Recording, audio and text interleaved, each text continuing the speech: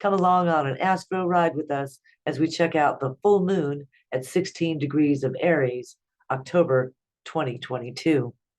This full moon is conjunct Chiron and pulls us into active healing. The sun is conjunct Venus in Libra. The sun and moon, of course, in opposite signs. The moon in Aries, the sun in Libra, giving us this big, bright, beautiful full moon. It reflects our relationship desires. Here's a question for you. How can you show your approval of others in light of unexpected structural changes in order to benefit from the greatest healing? This full moon in Aries, October 9th and 10th of 2022 at 16 degrees is emotional, reflective, receptive. It's yin, negative, it's passive. This is conjunct, spotlighting Chiron, the wounded healer. This may show a need for healing.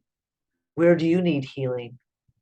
In Aries, this may be something that's just beginning for you.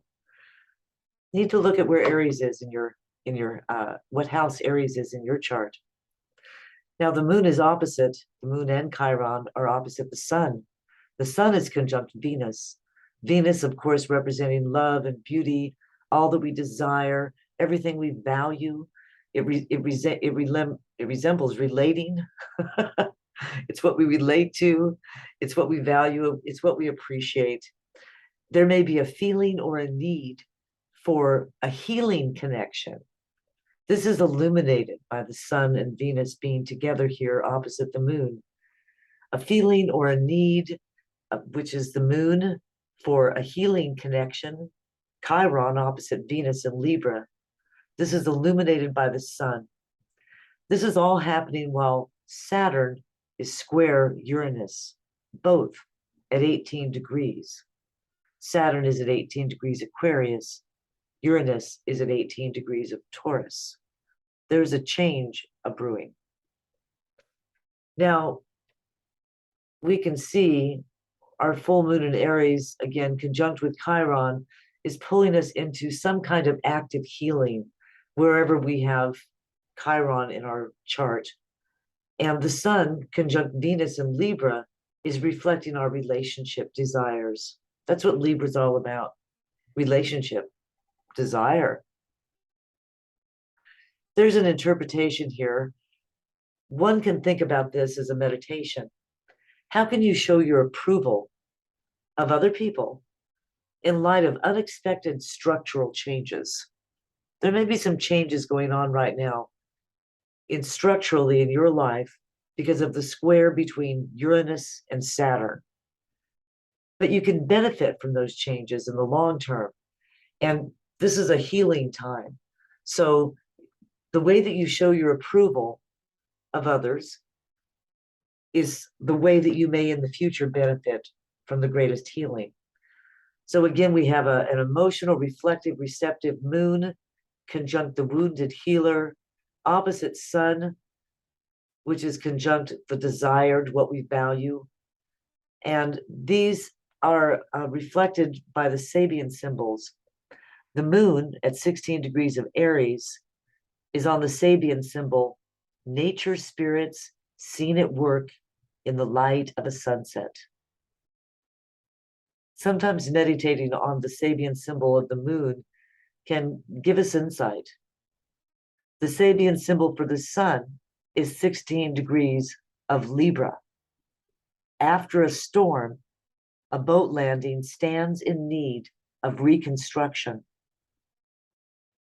The sun shines its light on things maybe we need to take a look at. Here is something that maybe is demonstrating a need for attention. Chiron is at 14 degrees of Aries. The Sabian symbol for 14 degrees of Aries, a serpent coiling near a man and a woman. Venus is on the Sabian symbol 13 degrees of Libra, children blowing soap bubbles.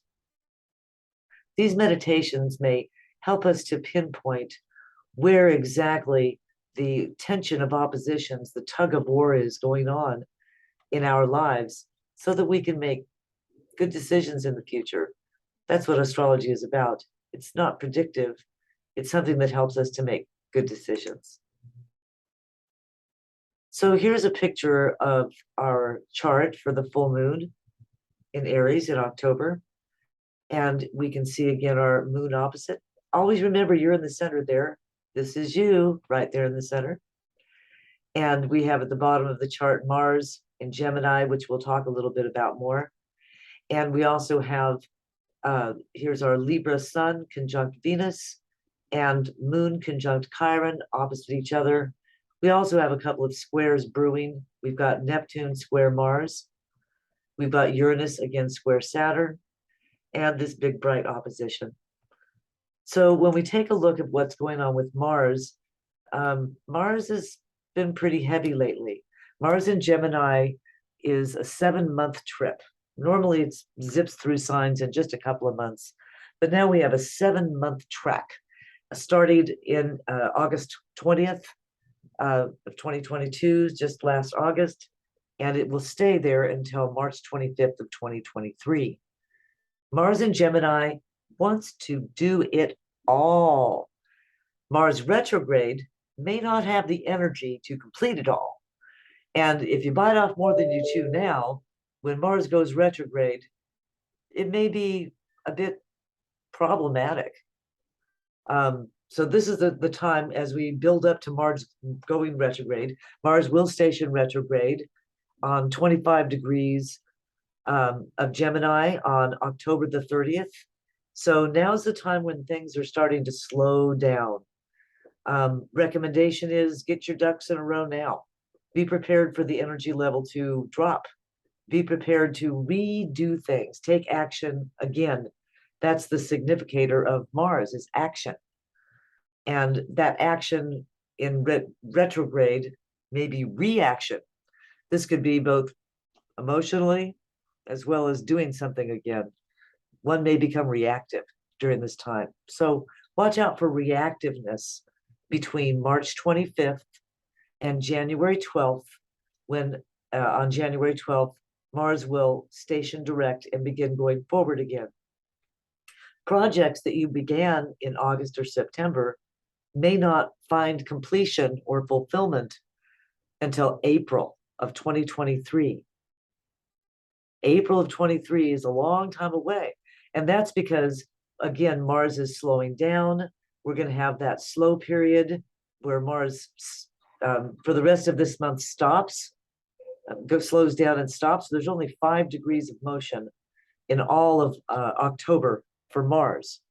And then it will start to retrace its steps. And it'll go all the way back to 8 degrees of Gemini.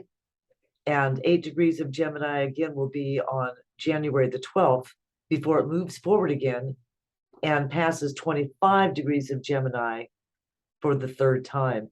So pay attention to these important points in time. This is one that already happened was September 4th. One coming up is October the 30th. And then finally we have January 12th and then March 25th is when things will finally slow down and go forward again.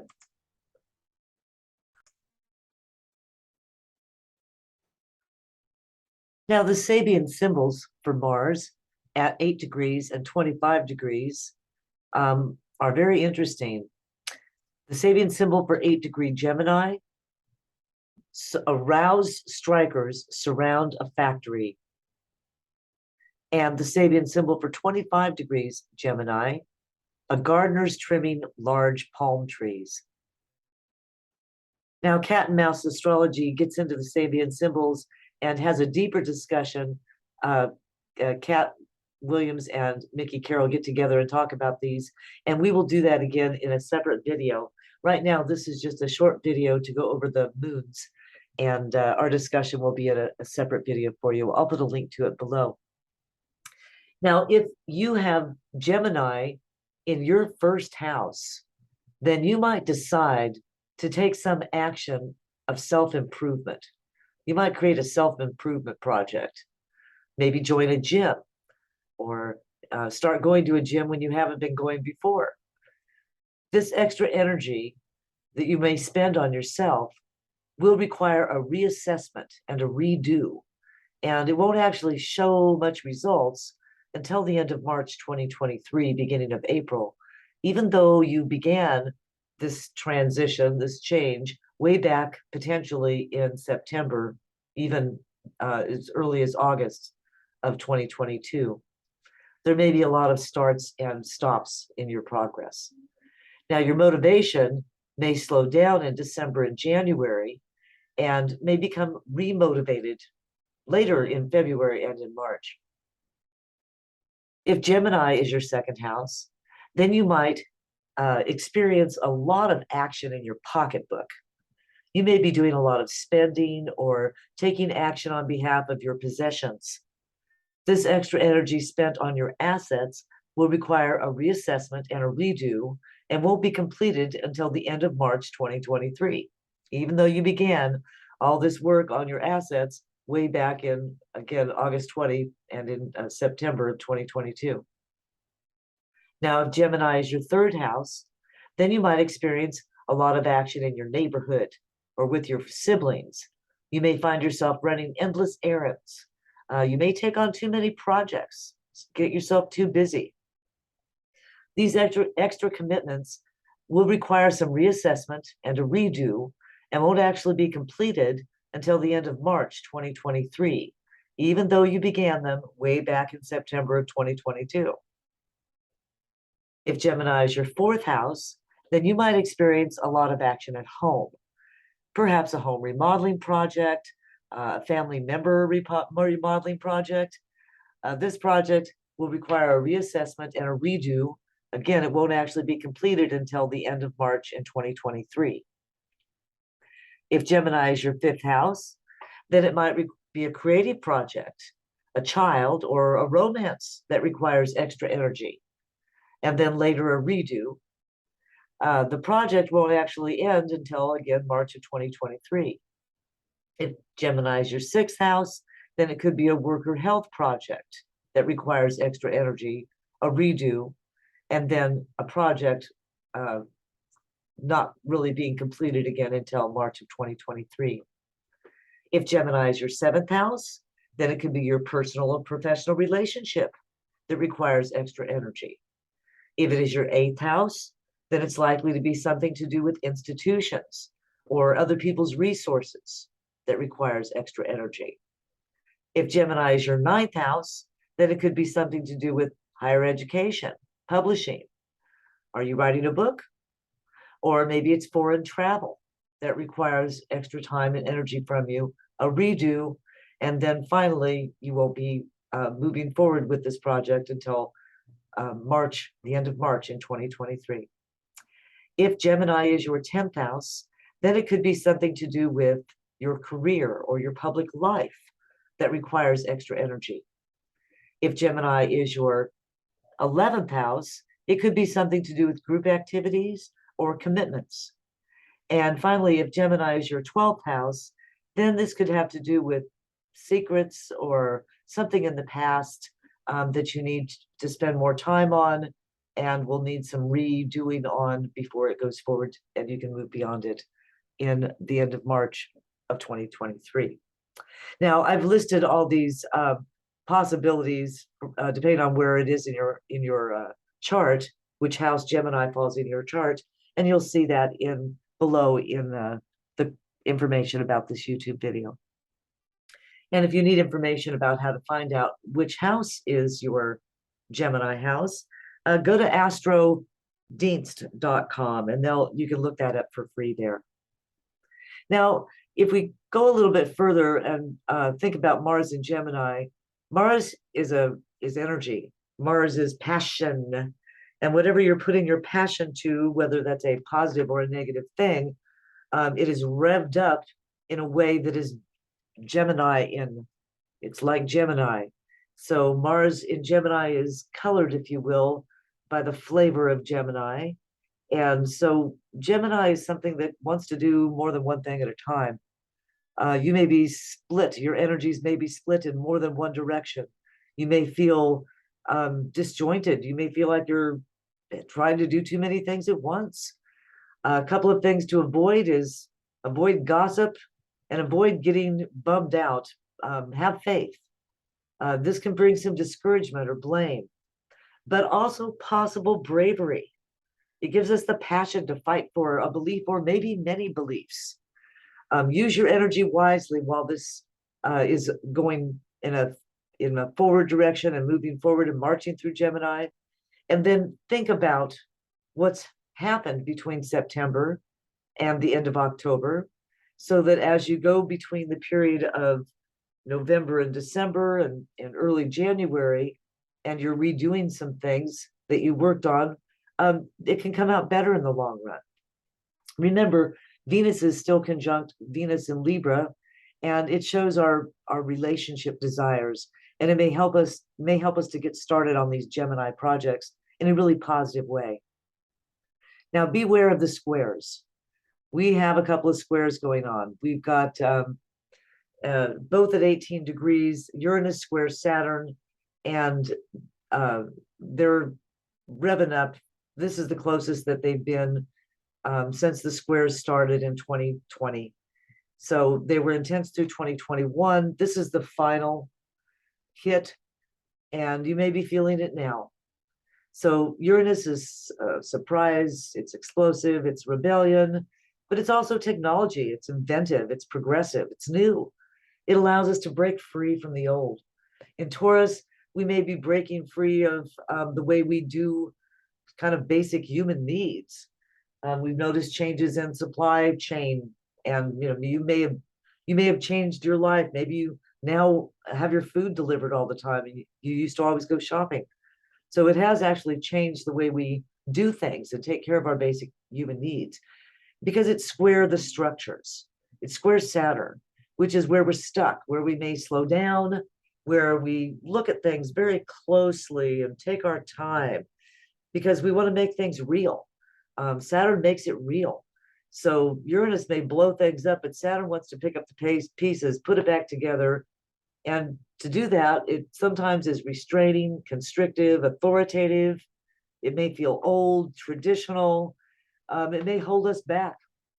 So this this tension between Uranus and Saturn is sometimes challenging, and it's impacting the people. It's impacting the future. It's impacting radical humanitarian things because of its placement in Aquarius right now. So an interpretation that we've been dealing with for the last couple of years is technology changes the structure of how we produce and distribute food. Rebellion changes the people's perspective. There's a couple of Sabian symbols to think about here. The Sabian symbol of 18 degrees Uranus, of Uranus at 18 degrees Taurus, a woman airing an old bag through an open window of her room. That brings some things to mind. Sometimes it's a good idea just to clear the air, clean things up, get rid of debris, both metaphysically and physically. Metaphysically, that could be old ideas. That could even be hanging out with or tolerating people with these old ideas. The Sabian symbol for 18 degrees of Aquarius, where Saturn sits, a man's secret motives are being publicly unmasked. So these are things to consider. These are things to perhaps meditate on. One thing that's often helpful with astrology is meditating on the Sabian symbol, especially if you have a placement there.